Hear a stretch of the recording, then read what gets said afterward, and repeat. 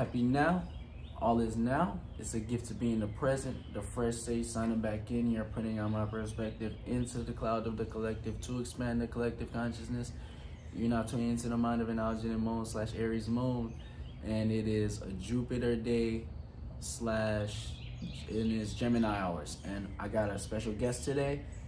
Introduce yourself, my brother. Peace to the gods and goddesses. I'm Master X, disciple of the Most High Chief Babaji. 3, free to 3. 3 is free. You've now entered the minds of the Most High. Specifically in my chart, my avatar. My sun is Leo, and my moon is Virgo. It's an honor. Okay. All right. So what's going on is right now we got moon in Pisces and sun in Gemini, okay? So with this playing out as a square 190-degree angle where we have to learn how to react and respond towards our actions, okay?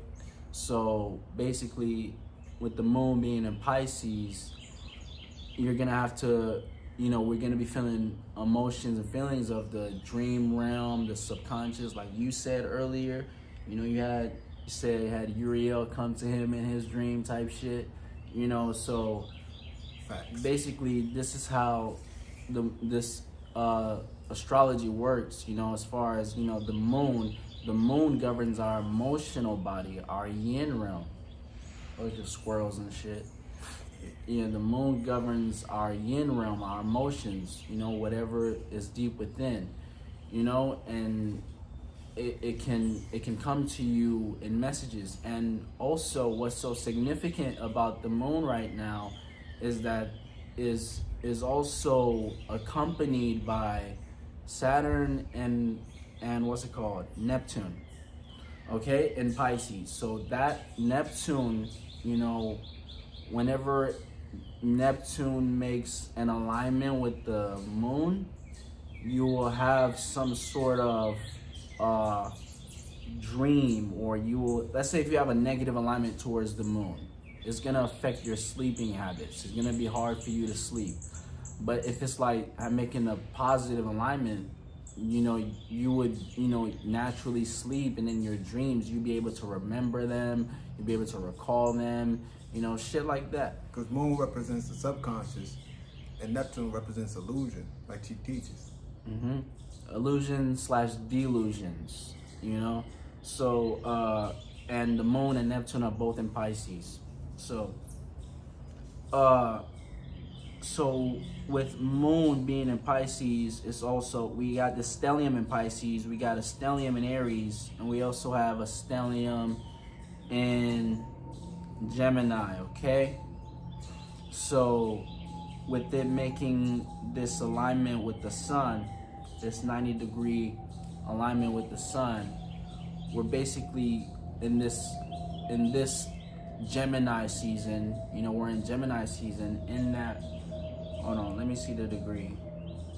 So 9 degrees, all right, still in the first decan. So, it's more geared towards, bouncing minds back and forth with one another, communication, This is the square, so it's like, how can you relate and articulate your dreams, or your subconscious or your imagination? This is the learning process. We're learning how we can put to words and articulate what's in our yin realm, and we could. And with this, you could also do it through creativity as well. This is another thing. And moon squaring Venus, this is the learning process again with our love matters. Our relationship. So learning how to react and respond towards love and a relationship as far as, you know, moon being in Pisces, Venus being in Gemini. Okay, so for Venus being in Gemini, it's more like to really say what you love, and say, really speak out anything that brings you pleasure. You know, anyone with Venus and Gemini, they could talk for days about the things they love, you know? And yeah, that's just how it play out. And with moon being in Pisces, it's just more in the subconscious and moving with the ebb and flow rather than talking. Big time. You know, so with this, one thing important I wanted to add on to that is that most communication is in the subconscious realm. 5% is your conscious mind, and 95% is your subconscious mind. Chief teaches that feeling is knowing. Peep this. 15% of communication is verbal. It's like speaking and articulation through word. But 85% is nonverbal. So in this time, especially in these times, focus on body language and energy. Real shit. Real shit. So yeah, we got Jupiter, okay? Jupiter again, moon is squaring Jupiter, okay? So this is learning how to grow, okay? Learning how to react and respond with your knowledge and wisdom, and how you teach and yeah, teach and learn. So yeah, and travel to some extent, and long distance travel, mentally or internally, you know. So this is Jupiter being in Gemini. Okay, so this is the, like I spoke in one of my other videos, you know, the expansion of your vocabulary, you know, the expansion of your vocabulary and learning learning new words, and how, you know, they sort of fit and how they work for you in your reality. You know, you might have some new word that come up, you know, and you know, you didn't know what it was at first, and then you had to look it up, and then it's just, so you sort of knew it, but it's just another word for what you knew type shit, you know. So it's just like, that's just how it plays out, because Expansion. with the moon squaring Jupiter, we're just gonna have to learn how to have minor frustrations on how to react and respond towards growing, you know, or how we feel about growing our vocabulary, you know, in this area of life. And also, as I run this down, depending on wherever house you got all these planets transiting at, this is where it's gonna affect you at. Okay, so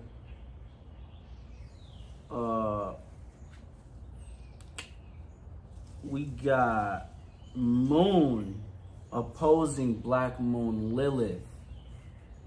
Okay, moon opposing black moon Lilith.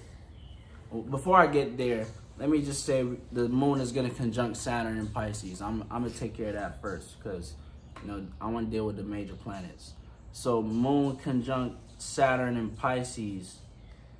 Again, this is the conjunctions can play all. You know, they can play sextiles, trines. They can play depending on wherever, whatever house they're transiting at, and the seeds you planted and how you're feeling as far as your emotions in this situation. Moon is going to conjunct Saturn and Pisces. So it's going to have all these, you're going to have the feelings of wanting to react and respond towards gaining some sort of stability, security to stand on, you know, as far as your dreams, you know, because Saturn being in Pisces, you know, this makes us want to take our dreams a lot more seriously. You know, Saturn is about discipline and seriousness. So when you take your dreams seriously, you know, you can sort of be on the right side of energy at this time. So, Moon is also gonna conjunct. Never mind, that's not a major planet, but Moon is sextiling Mercury. Oh, in Taurus. Mercury being in Taurus. I can feel that. Okay, so this is the 60-degree angle for opportunities to react and respond towards your communication in a communicative way. As far as Mercury being in Taurus, people's minds are on the money, you know, and you can manifest some money at this time, like, you know. Resources shift this time. This nigga just found some money on the floor not too long ago. Like, so Mercury being in Taurus, you know, it sort of shapes this illusion as far as Mercury being the mind, you know, into this Taurus energy, these aka May Sun, the May Sun, Maysun, Sun, you know, so that sort of like shapes the illusion into these material things that we value, aka value Venus, you know, Taurus being ruled by Venus, you know, so with this. And the square in the moon. Yeah. At that. Yeah, so it's actually sextile in the moon. Sextile. Yeah. So it's the more positive alignment, but the opportunities to act and respond to manifest what's on your mind, which is money.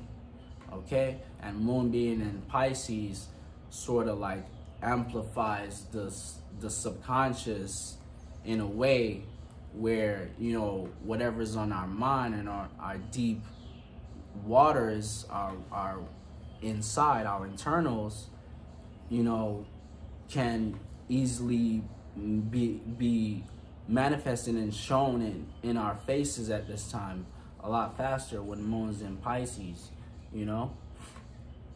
So yeah, you got anything you want to say? Just look at it.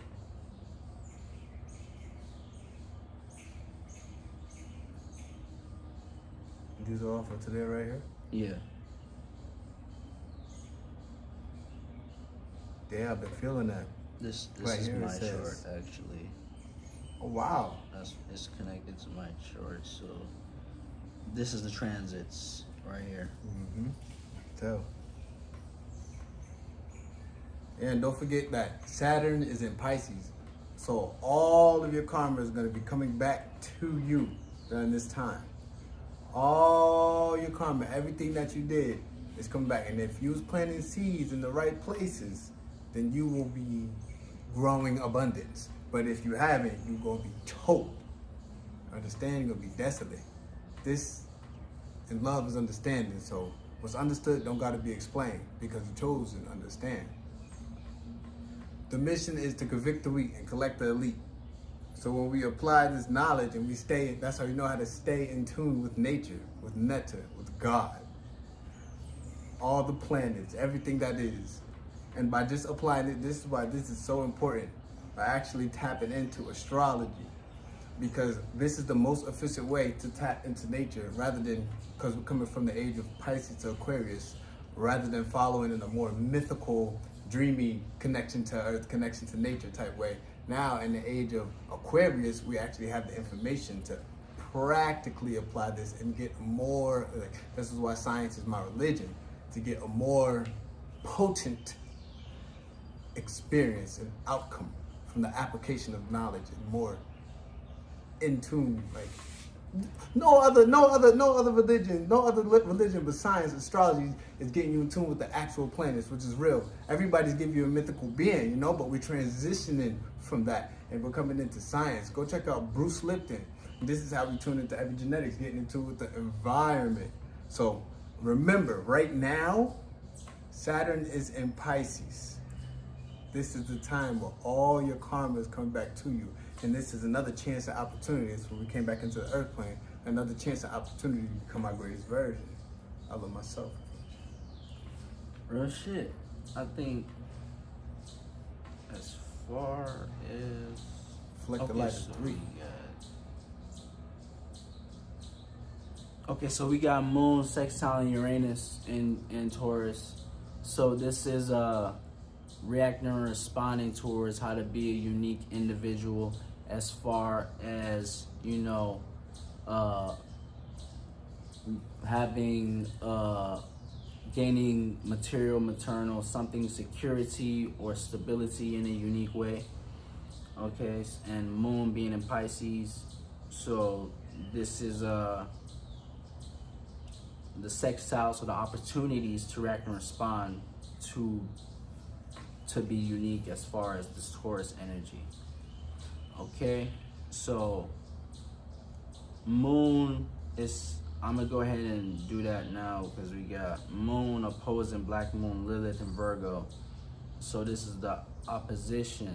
Okay, so the when Black Moon Lilith being in Virgo and Moon being in Pisces, you know, this is 180-degree angle, the 180-degree angle for feeling at odds or opposite or having obstacles. Okay, so you might feel at odds towards being embarrassed at this time as far as what you do on a day-to-day basis, your work, your health, your routine, you know. So this is a positive opposition, you know? You could say that. And yeah, that's about it. I think that's all the, let me actually, Pluto. Okay. Pluto is sextiling Mars in Aquarius. Oh. Pluto sextile Mars in Aquarius. So Pluto being in Aquarius, I think Pluto's retrograde. Yeah, Pluto's retrograde 151. It's in 1 degree 56 minutes. Okay, so and Mars being in Aries. Okay, so it's sextile. So this is the opportunities to. Is it in Aquarius or Aries? Mars in Aries, Pluto in Aquarius. Pluto. All right. I'm grateful. So this is the sextile, the opportunity to transform or take power and control over our passions. Okay, as far as, you know, wherever Pluto being Aquarius, you know, this is to, you know, take power and control over your networking, your associations, you know. And with this, with the sextile and Mars, you know, both these planets sort of have a harmonious sex, meaning they both rule the same signs, you know. So with Mars being in Aries, you know, and sextile and Pluto, really this time our passions were really to take power and control and sort of like, you know, really go for our passions by ourselves, you know, really, and head first, you know. But Mars is 22 degree 51 minutes before I hop into Taurus, you know. So, as far as that, those are the energies you're gonna be feeling. You know, so yeah. Those are the energies you should look out for. The Fresh State signing out. Peace to gods and goddesses. X to God. I love myself. Catch you next now. Free to 3.